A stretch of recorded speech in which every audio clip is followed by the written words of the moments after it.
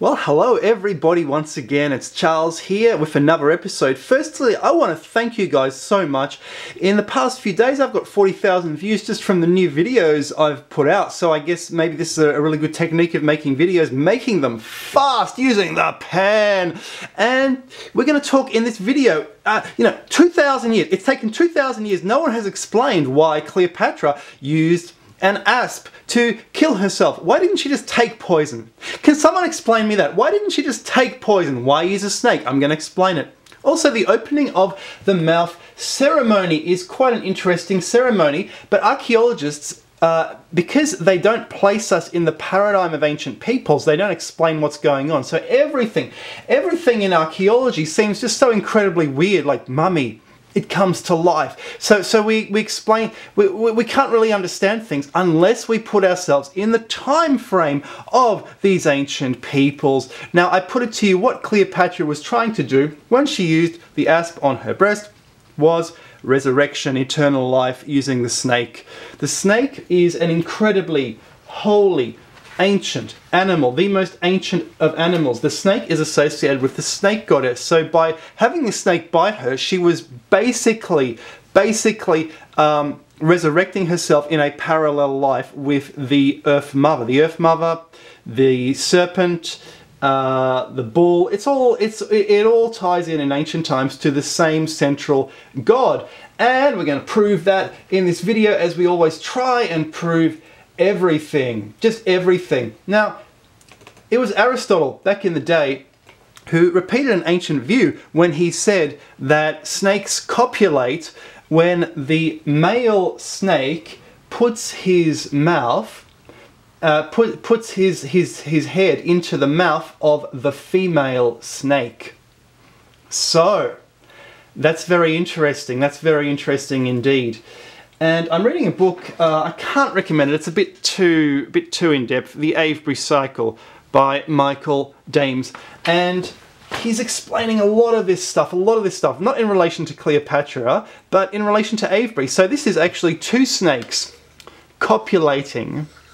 And here we have possibly sun and moon uniting. This is an alchemical unity in Avebury. And this is an ancient belief all over the world. Two snakes copulating to create fertility and resurrection. And that is just so interesting.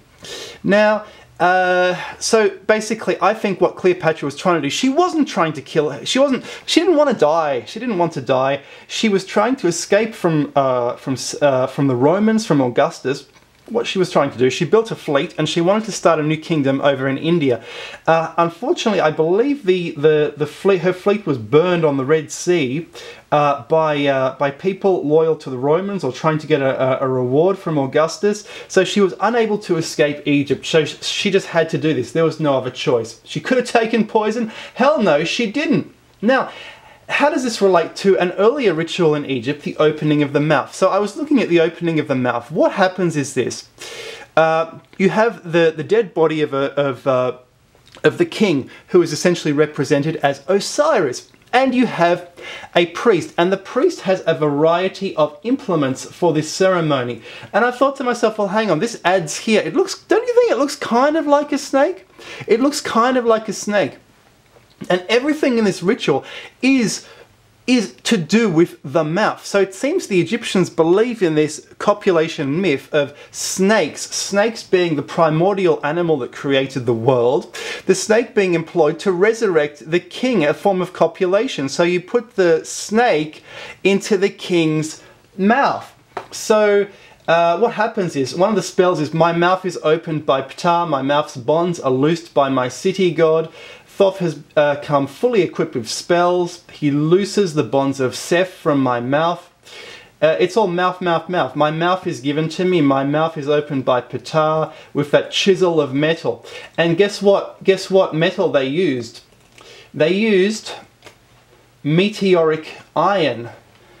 They used meteoric iron. The adze was made from meteoric iron. Not only that, there wasn't just an adze that was being used. An adze is used for shaping wood, for carving. So it's used for carving the image of the pharaoh in the afterlife. And what do you think the afterlife is? The afterlife is not... I was reading this to find out myself. And as I understand it, the afterlife is not a spiritual kind of heaven experience. It is, you are reborn in a parallel world in your physical form, exactly the same. And you get to lead another life. So the afterlife is actually another life.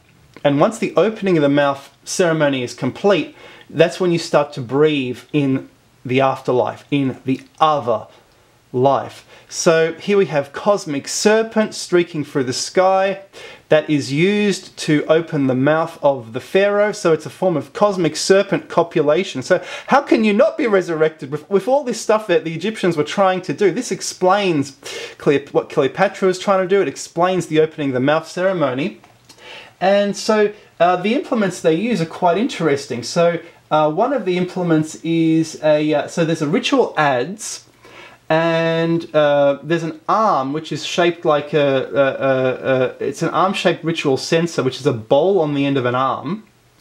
And there's also a spooned blade and a serpent head blade as well. So there are lots of different implements used, and here we can see some of the implements. So we have this thing, this censer, and here we have this serpent-shaped thing, and that's the adze down there. And I looked at this and I thought, oh, they're trying to do the serpent copulation. This explains it, because the archaeologists, they say they use these things, but because the archaeologists are not in the ancient frame of mind, they don't read ancient mythology, they can't explain what the ancients were trying to do here and why they use this kind of snake-shaped like implement.